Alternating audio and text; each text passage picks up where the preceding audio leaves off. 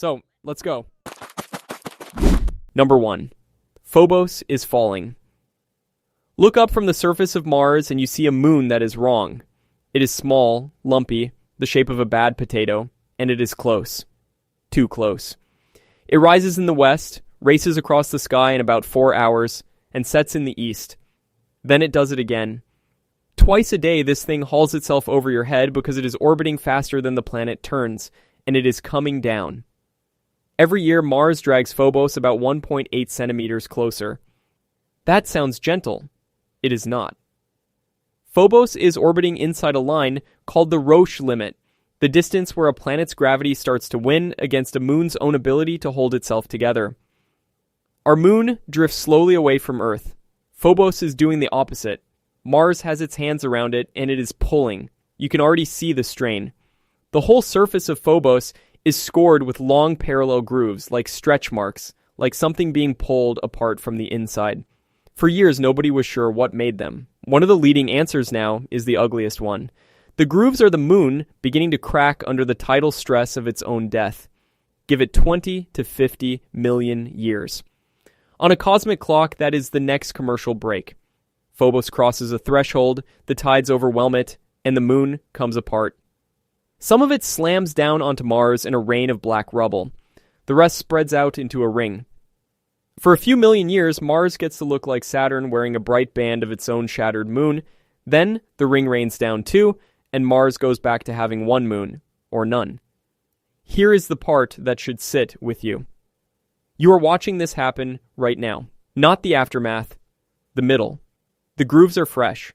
The spiral is measured. Every telescope pointed at Phobos is looking at a thing being slowly executed by the planet it orbits, and the planet is in no hurry. Mars is the only planet we know of that is actively destroying one of its own moons in front of us. And that is the least disturbing thing about it. Number 2, the two-faced planet. Cut Mars in half and you will find two completely different worlds wearing the same name. The southern hemisphere is old, it sits high, it is thickly built, and it is hammered with craters. The scarred face of a planet that has been taking hits for 4 billion years. The northern hemisphere is the opposite. It is smooth, it is low, dropping about 5 kilometers below the south. And the crust up there is dramatically thinner, like someone shaved the top off the planet and forgot to put it back. This is not a small regional quirk, it is the single biggest feature on Mars. 60% of the surface is the old, high, cratered south. The rest is the young, flat, mysterious north. There is a line where the two meet, and crossing it is like stepping from a mountain range onto a drained ocean floor. Nobody can prove what did this. There are two suspects. The first is violence. Very early on, something enormous hit the northern half of Mars. Not an asteroid, more like a small planet. The impact would have blasted out a scar so vast that it covers nearly half the world. If that is what happened, then the smooth northern lowlands are the largest impact crater in the entire solar system, and we have been walking around inside it without ever finding a clean rim. The second suspect is quieter and somehow worse. The planet did this to itself. Deep currents in the mantle, heat rising on one side and sinking on the other, could have thinned one hemisphere from below over hundreds of millions of years. No collision. Just Mars slowly becoming lopsided under its own internal weather. And after decades of orbiters, landers, and arguments, scientists still cannot cleanly choose between the two, a giant murder or a slow self-inflicted wound. The evidence keeps refusing to point all the way at either one. Think about what that means. This is the planet we understand better than any other except our own. We have mapped it down to the meter, and the most obvious fact about it, that it has two faces, is a question we still cannot answer. You are looking at a world split in half, and the split has no confirmed cause. Keep that feeling. It gets deeper from here. Number 3, Mars isn't dead inside. For a long time, the story was simple. Mars is a corpse. Small planet, cooled fast, heart went cold billions of years ago, and everything you see up top is just the frozen aftermath. A dead red rock. Then, we put a stethoscope on it. In 2018, NASA landed a machine called InSight, and its whole job was to listen. It sat still, and it felt for tremors. Over the next 4 years, it heard more than 1,000 Marsquakes, and when scientists traced where the shaking was coming from, almost all of it pointed at the same place. a cracked region called Cerberus Fossae. Something down there is moving. In 2022, researchers laid out the reason. Beneath that region sits a plume of hot rock roughly 4,000 kilometers across, a slow rising column of heat pressing up against the underside of the crust. It has already shoved the surface upward by more than a mile, and some of the quakes InSight recorded were not the sharp crack of rock breaking. They were low, repeating, soft, the signature of magma moving. That is the word that should stop you. Magma. Not ancient magma, not fossil magma. Magma now. The conclusion in the research is careful, and it is chilling in how careful it is. Mars, they wrote, might even still be volcanically alive today. Sit with the size of that revision. We spent decades calling this planet dead. We wrote it into textbooks. Dead core, dead engine, nothing left but erosion and dust. And then we finally held still long enough to feel its pulse, and there it was. Faint. Deep. But there. You could stand on the plains above Cerberus Fossae and see nothing. No smoke, no glow, no warning, just flat red ground and a thin sky. And a mile beneath your boots, a column of hot rock the width of a continent would be leaning on the crust, looking for a way up. Nobody knows if it will find one. Nobody knows if there is a chamber down there that could erupt, or when. We only know the planet is not as finished as we told ourselves. The dead rock has a heartbeat, and in the next anomaly, you're going to find out what happens to a planet when that heart finally stops. Number 4. The magnetic ghost. Bring a compass to Mars and it will do nothing, just drift. Because Mars has no global magnetic field, not a weak one, none. But it used to. Fly low over the southern highlands and instruments pick up something buried in the rock. Stripes, long bands of magnetized crust, some stretching 2,000 kilometers, and here is the strange part. The bands alternate. One points one way, the next points the opposite way, over and over, frozen into the ground like a barcode. If that pattern sounds familiar, it should. It looks almost exactly like the magnetic stripes on the floor of Earth's oceans, the fingerprint of a living, working planet. So, Mars had an engine. Deep in its core, molten metal churned and spun and generated a real magnetic field, a shield wrapped around the whole planet. The stripes are the record of it, printed into rock as that rock cooled more than 4 billion years ago. And then, around 4 billion years ago, the engine stopped. And this is the turn. Everything up to now has been Mars being weird. This is Mars being a warning, because that magnetic field was not decoration. It was a shield, and it was holding back the solar wind, the constant stream of particles the sun throws at everything. When the field died, the shield dropped. And the sun went to work, stripping the Martian air away into space, molecule by molecule, until the thick early atmosphere that once held rivers and maybe seas was reduced to the thin, cold whisper that is left today. Mars did not get murdered from outside, it died from the inside out. The core cooled, the engine quit, the shield fell, and the planet slowly suffocated. Now look down at your own feet. Earth has the exact same kind of engine.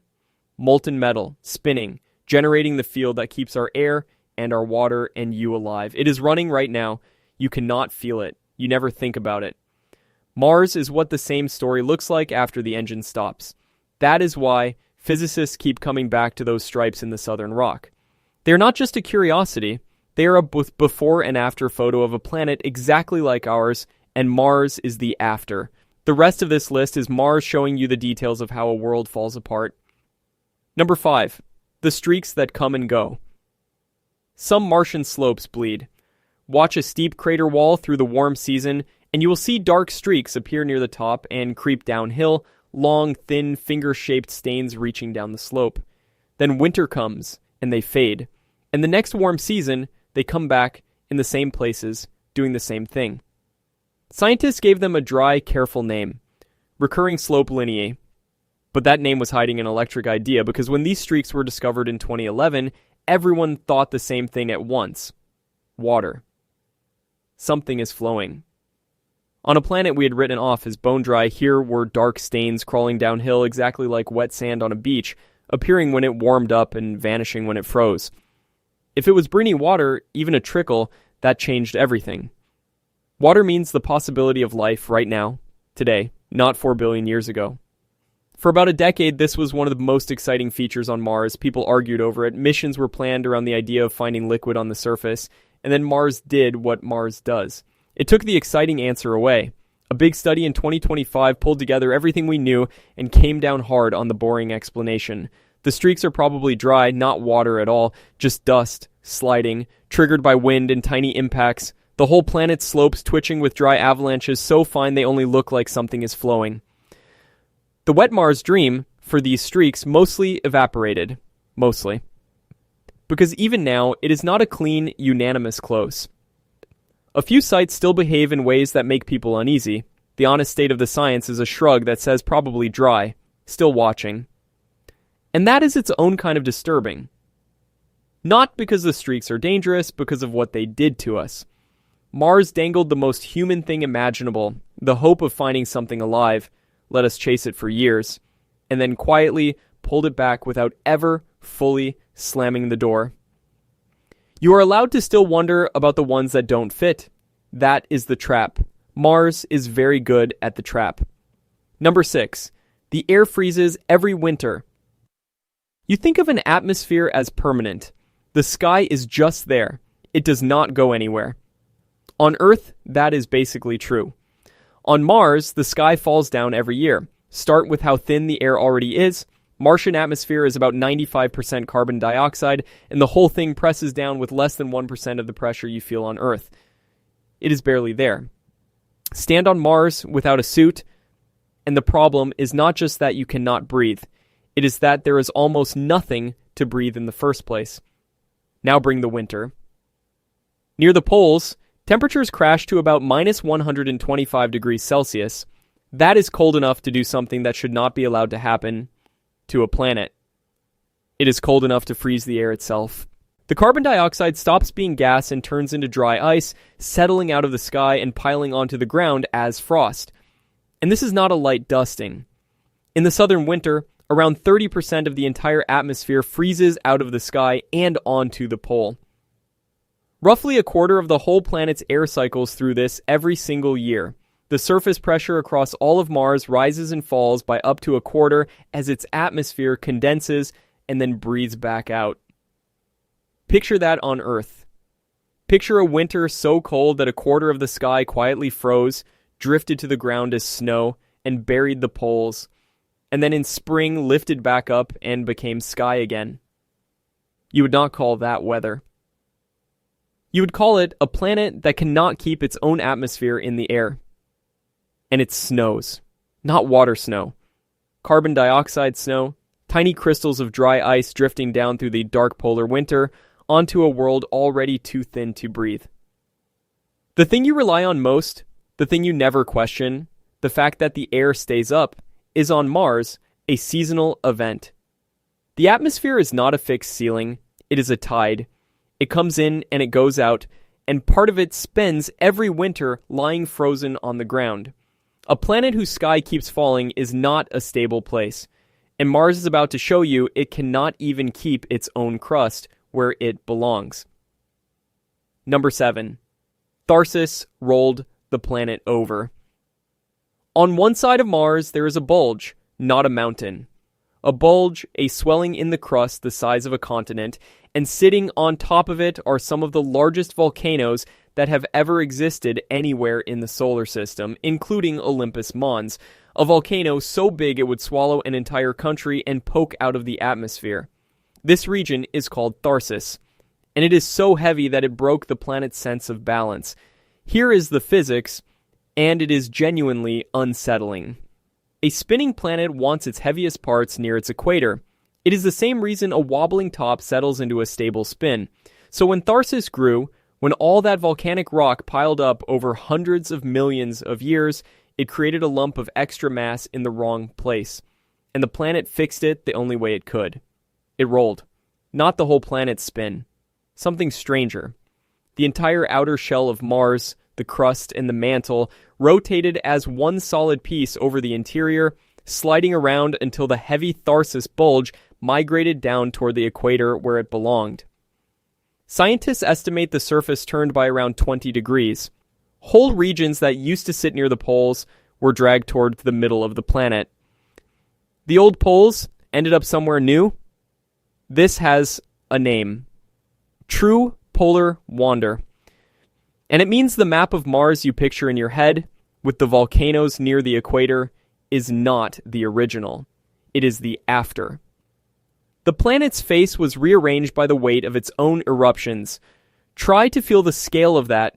Not a landslide, not an earthquake.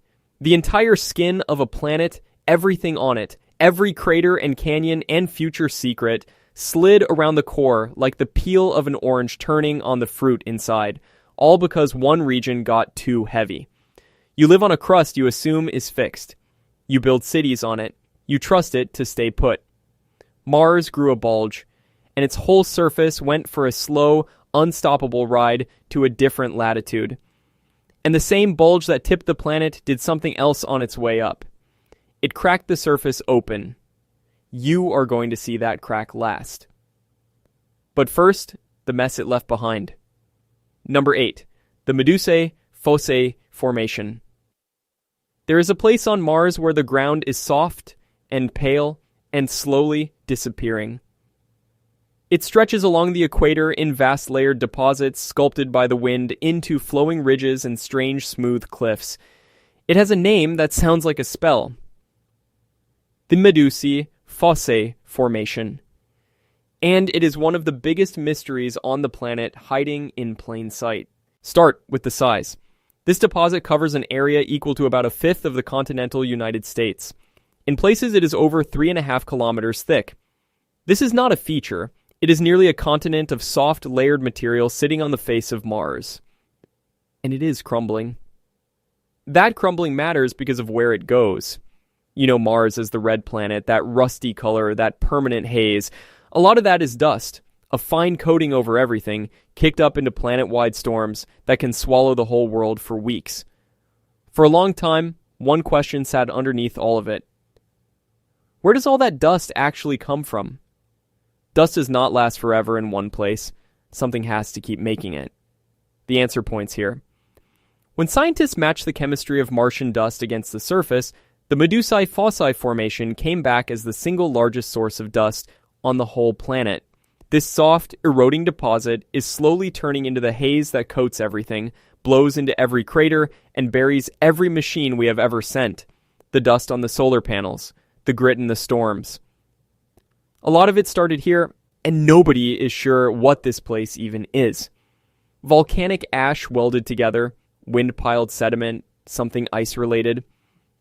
The theories do not agree. Then, in 2024, radar looking beneath it found something new, layers of what appears to be water ice buried kilometers down, so much that if you melted it, it could cover the entire planet in a couple of meters of water. So the largest source of dust on Mars might be sitting on top of one of the largest hidden reserves of water on Mars, and we cannot fully explain either one. The whole planet is slowly wearing this place down and breathing it back out as dust. Mars is disassembling itself, and you are watching it happen one grain at a time. Number 9. The South Pole Spiders. Near the South Pole of Mars, carved into the ground, there are shapes that look alive. They are dark, and they branch. A central spot with thin legs radiating out in every direction, splitting and splitting again, spreading across the pale terrain like something crawled there and stained the surface.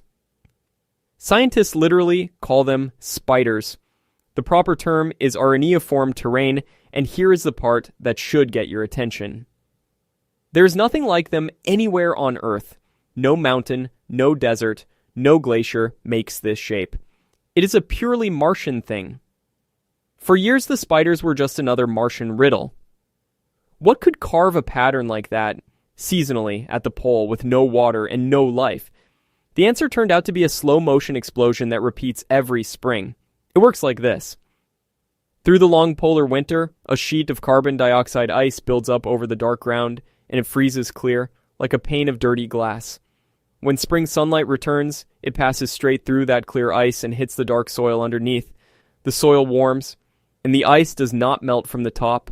It sublimates from the bottom, turning straight to gas in a trapped layer under the slab. Pressure builds and builds. Gas with nowhere to go, pushing up against a lid of ice, until the lid cracks and the whole thing vents at once.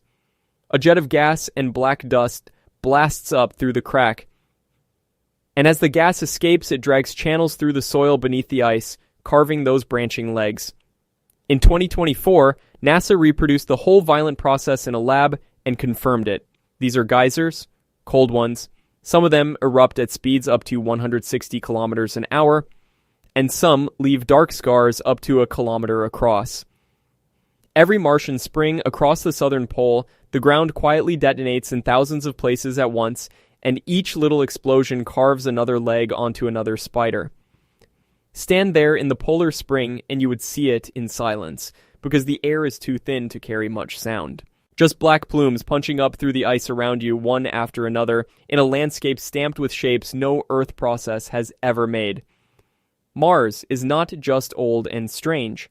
It is actively strange right now, every year, and it saved its worst scar for last. Number 10. Valles Marineris. Pull back and look at the whole disk of Mars, and you will see a wound.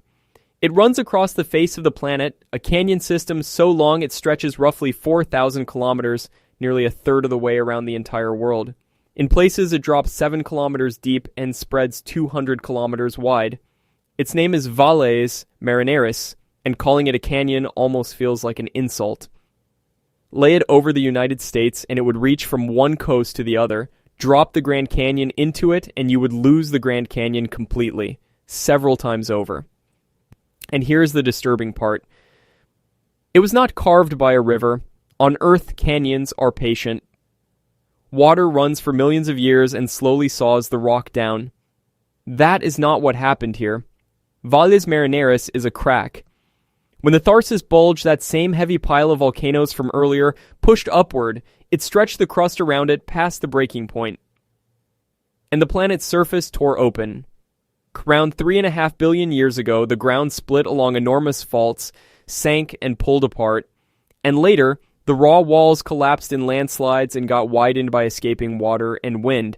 So the same bulge that tipped the entire planet over its own core also ripped a gash across its face on the way up. One event, 2 of the biggest scars on Mars. A planet doing this much damage to itself with a single overloaded region. Stand on the rim of Valles Marineris and you could not see the other side. The far wall would be below the horizon, over the curve of the planet. Beneath you, cliffs would fall for kilometers into shadow, into a canyon so deep the air at the bottom is measurably thicker than the air where you stand. It is less a valley and more a place where the planet is coming apart at a seam. That is the last stop on the tour, and it is the whole story in one image. A dead engine, a stripped sky, a shell that slid, a moon that is falling, and a crust torn open by its own weight. Mars is not a boring red rock. It is a planet that shows you, feature by feature, exactly how a world like yours can break. And its engine already stopped. Yours is still running. For now, that is the only difference that matters.